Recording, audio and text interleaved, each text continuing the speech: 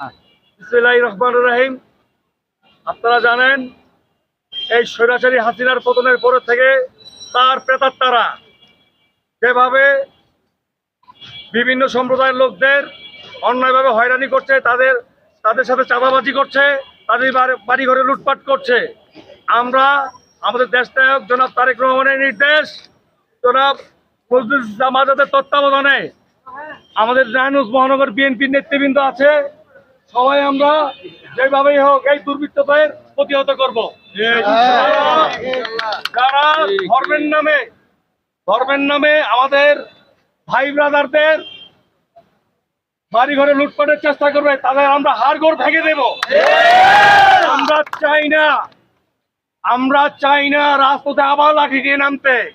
শত শত ভাই বোনের রক্তের বিনিময়ে আমাদের এই 5ই আগস্ট নতুন আমরা স্বাধীনতা পেয়েছি। অতএব সেই সন্ত্রাসীদের বলতে চাই, তোমরা সাবধান হয়ে যাও, আমাদের মধ্যে বিভাজনের কোনো সৃষ্টি করবে না। আমরা বিভাজন চাই না, আমরা হিন্দু মুসলিম ভাই ভাই আমরা সবসময় মিলে থাকতে চাই। অতএব ওই ছাত্রলীগ, আওয়ামী লীগ, যুবলীগের প্রেতাত্মারা তোমরা সাবধান হয়ে যাও।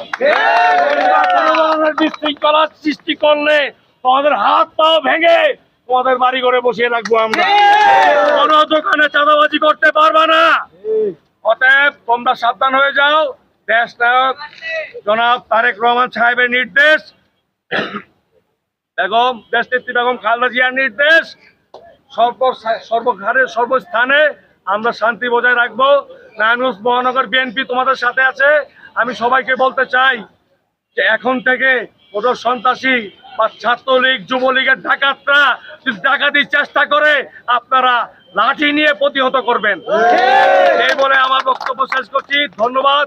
বাংলাদেশ জিন্দাবাদ, বাংলাদেশ জাতীয়তাবাদী যুবদল জিন্দাবাদ, মহানগর বিএনপি জিন্দাবাদ, শহীদ জিয়া অমর হোক, দেশনায়ক জনাব তারেক রহমান জিন্দাবাদ। ধন্যবাদ।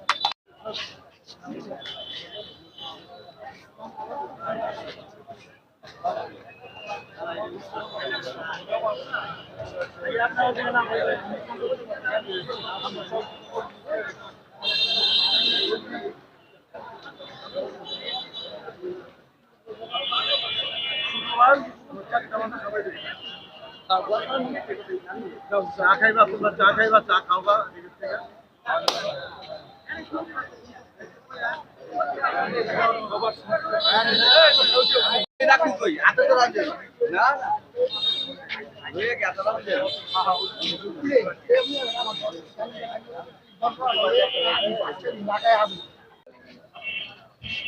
শুক্রবার